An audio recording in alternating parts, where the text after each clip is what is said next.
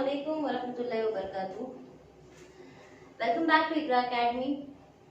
और आज हमारा जो लेक्चर है वो 12th साइंस के ऊपर है, दैट इज मैथमेटिकल लॉजिक, जहाँ जो हमारा chapter is going on with exercise 1.4। Next exercise हम लोग 1.4 देखेंगे और 1.4 के लिए we should know some laws over here.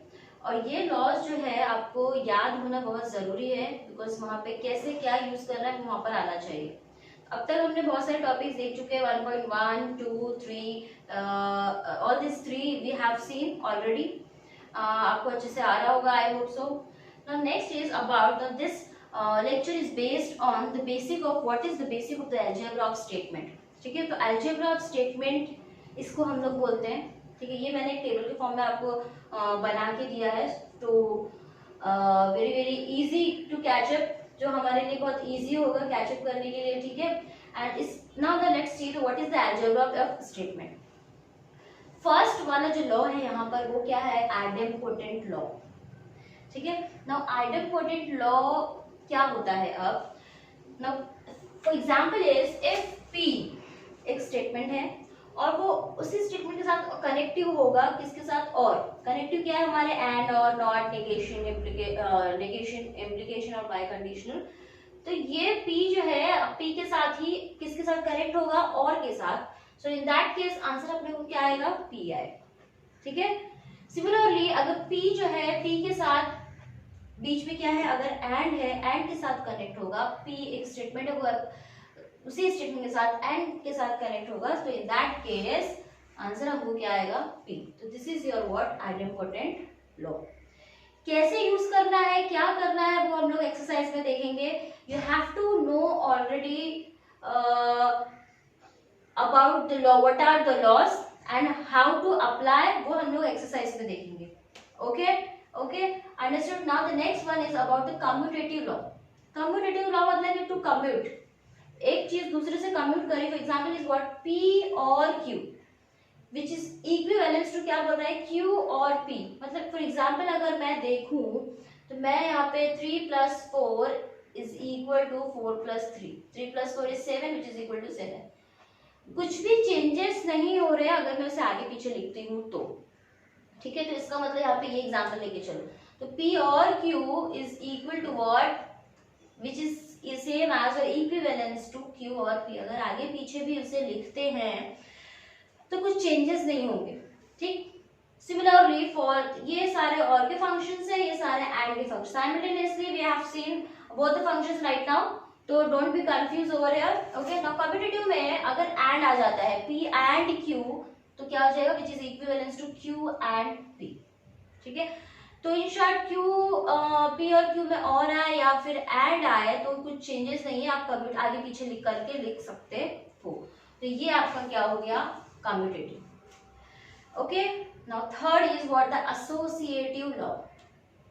तीसरा कौन सा है, एसोसिएटिव। इसमें क्या होता है, we have the two statement P और Q एंड नेक्स्ट वन एक और है, दैट इज व्हाट, और R। तो P और Q और R I can write as P और स्प्लिट किया थोड़ा सा, और Q और R को हमने साथ में लिख दिया, which is equivalence to P और Q और R। ठीक है, हम इसको जो है इस तरीके से लिख सकते हैं, इसको इस अलग कर दिया और इन दोनों को साथ में ले लिया, और वो जो है तीनों भी और में है उसके इक्वल होगा। सिमिलरली एंड अगर है, P एंड Q है, एंड R है, तो मैंने P और एंड को स्प्लिट किया और Q एंड R को साथ में ले लिया, which is equivalence to P and Q and R। एक चीज का ध्यान रखो यहाँ पर कि यहाँ पे और है, यहाँ नहीं कि यहाँ पे और हो, यहाँ पे एंड हो, ऐसा नहीं है। सब जगह क्या होना चाहिए, और होना चाहिए। देखो यहाँ पे देख रहे हो, यहाँ पे एंड है तो एंड होना चाहिए। इन विच लॉ, एसोसिएटिव लॉ। ठीक है, व्हेन यू विल अप्लाई, तो वो रिमेम्बर, याद रखो आप लोग कि यहाँ पे कैसा कनेक्टिव यूज हुआ है, अकॉर्डिंग टू दिस क्या आंसर आएगा। ये इतनी चीजें यहाँ पे याद रखनी है और कुछ नहीं। ठीक है, so this is done with the associative law. Now what is about the distributive law. To distribute क्या करना है, टू डिस्ट्रीब्यूट करना है। डिस्ट्रीब्यूटिव लॉ मतलब नाम के हिसाब से जाओ। ठीक है, अब यहाँ पर एंड और आ सकता है, यहाँ पे जैसे मैंने बोला कि और ही लेना है। सिमिलर में यहाँ पे एंड भी है और भी, देखो एंड भी है और भी है। ठीक है, किधर पे, डिस्ट्रीब्यूटिव लॉ में। ओके, नाउ पी और क्यू एंड आर है, तीन स्टेटमेंट है हमारे पास, पी क्यू एंड आर। आगे जाएगा तो एस भी आ सकता है। Now we have only the three statement, कौन से, पी क्यू आर। ठीक है, स्प्लिट कैसे हो रहा है देखो, पी और क्यू, पी और क्यू के साथ गया, पी क्यू के साथ गया, फिर पी किसके साथ जाएगा, आर के साथ जाएगा, तो पी क्यू के साथ जा रहा है तो पी और क्यू। ठीक है, ये वाला कनेक्टिव बीच में आएगा, एंड पी और आर, पी और r. I hope you are clear. कैसे किया, पी और क्यू एंड बीच में आ गया पी और आर, ये इस तरीके से इसको डिस्ट्रीब्यूट कर दिया। ये हो गया बी, यहाँ पे कौन सा फंक्शन था, और इन दिस केस अगर suppose if you have a case when and आएगा, पी एंड क्यू और आर, एंड पहले आ गया क्यू अंदर आ गया, तो कैसे करना है, पी एंड क्यू स्प्लिट हो गया, बीच में क्या है और, and p and r.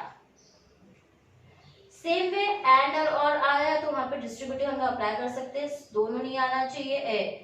Same अगर आता है, सॉरी सेम आता है तो हम लोग उसको क्या बोलते हैं, एसोसिएटिव। डिस्ट्रीब्यूटिव में एंड और दोनों आ सकता है। डिस्ट्रीब्यूट किस तरीके से करना है, ठीक है, अंडरस्टूड। पी एंड क्यू जो अंदर रहेगा उसको बाहर लिखना, and p and r. So in this way you have got distributive law completed. Now the identity law. Identity बहुत सारी चीजों में we have used already, physics वगैरह में भी यूज कर। आइडेंटिटी मतलब क्या होता है, वन। इन शॉर्ट नाम के हिसाब से जाओ, व्हाट इज आइडेंटिटी मतलब, with P is connect with और, कनेक्टिव क्या यूज हो रहा है यहाँ पे, और एफ मतलब क्या होता है, फॉल्स वैल्यू। ठीक है, ये तो आपको पता ही है। तो पी जब एफ के साथ और होगा तो आंसर क्या आएगा, पी। फॉल्स स्टेटमेंट है, ठीक है, तो पी फॉल्स स्टेटमेंट के साथ जब और होगा तो आंसर क्या आएगा, पी। अंडरस्टूड। तो पी जब एफ के साथ ऐड होएगा, फॉल्स के साथ जब पी क्या होएगा, ऐड आएगा, तो आंसर उसका क्या आएगा, एफ। ये चीज जो है थोड़ी सी न्यू है, तो ये चीज आपने क्या करनी है, याद रखनी है। ठीक है, पी और आएगा एफ के साथ तो पी होगा, और एंड आएगा फॉल्स स्टेटमेंट के साथ तो क्या आएगा, एफ। सिमिलरली हियर पी और टी आएगा तो क्या आएगा, टी। सी इंटरचेंज किया, यहाँ पे और एफ था तो पी आया, तो यहाँ पे टी था, टी है अभी, पी और टी है तो that is equal to t, and p and t है तो that is equal to what, p. ठीक है, ओके, अंडरस्टूड। पी और टी पी ट्रू के साथ और बना रहा है, ठीक है, ट्रू स्टेटमेंट है तो आंसर क्या आएगा, ट्रू स्टेटमेंट। पी टी के साथ क्या बना रहा है, एंड स्टेटमेंट के साथ दोनों जा रहे हैं तो आंसर क्या आएगा अपना, पी आएगा। ये चीज ध्यान में रखो। This is what the identity law.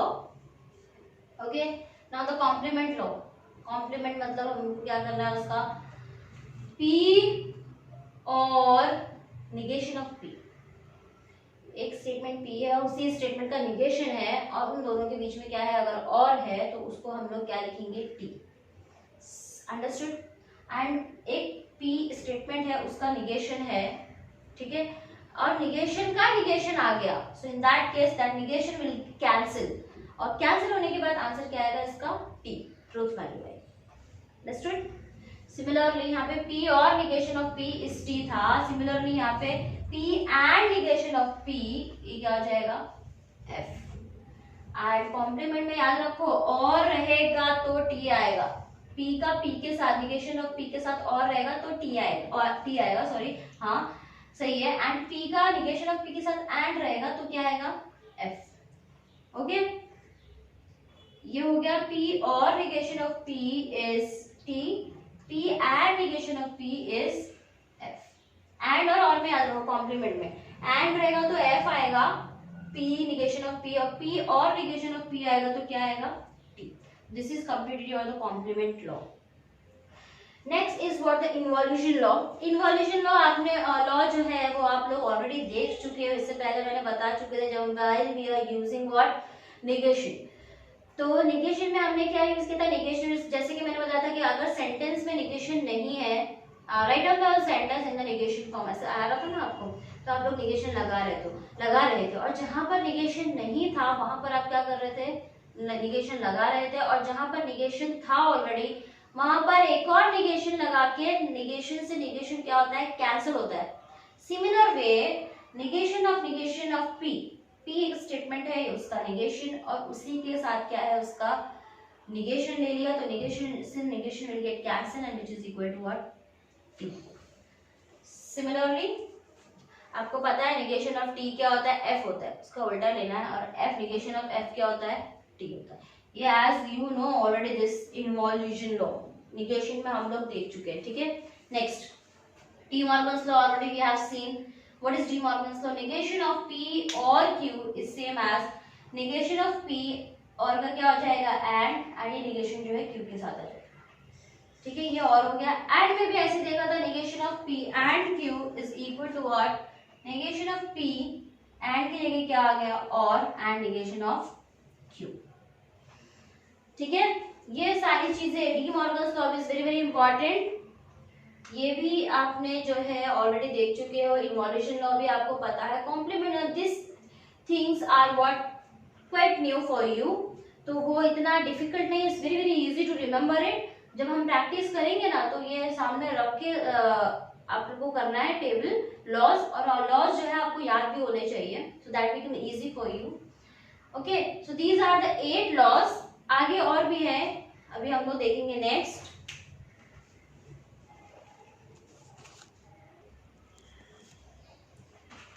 Next law is absorption law. De Morgan's तक हम देख चुके थे। एब्जॉर्प्शन लॉ में क्या होता है कि P और P एंड Q, देखो P और है और उसी स्टेटमेंट के साथ एक दूसरा स्टेटमेंट आ रहा है दैट इज Q, वो दोनों क्या है, एंड है। सो इन दैट केस आंसर हमारा क्या आएगा, P, फर्स्ट वाला स्टेटमेंट, ठीक है। सिमिलरली अगर उसको इंटरचेंज करते हैं कनेक्टिव को, तो P एंड P और Q is same as what, P, ठीक। ये इस टाइप के लॉ को हम लोग क्या बोलते हैं, एब्जॉर्प्शन। ना ये लॉज तो आपको already you know that about conditional और biconditional. What is conditional law? Is P implies Q क्या होता है, हमने देख चुके हैं अब तक के निगेशन ऑफ P और Q ये होता है। जहां पर भी निगेशन आया था इम्प्लीकेशन के स्टेटमेंट में, तो हम लोग इम्प्लीकेशन में directly we can not use the negation, तो हम लोग इसको पहले ऐसे लिख रहे थे, निगेशन ऑफ P और Q, और फिर इसमें निगेशन लगा रहे थे, है ना। सो सिमिलरली कंडीशनल लॉ मतलब कंडीशनल लॉ आ गया, दैट मींस ध्यान में रखो कि एरो वाला सम इफ और देन आ गया वहां पर, ठीक है।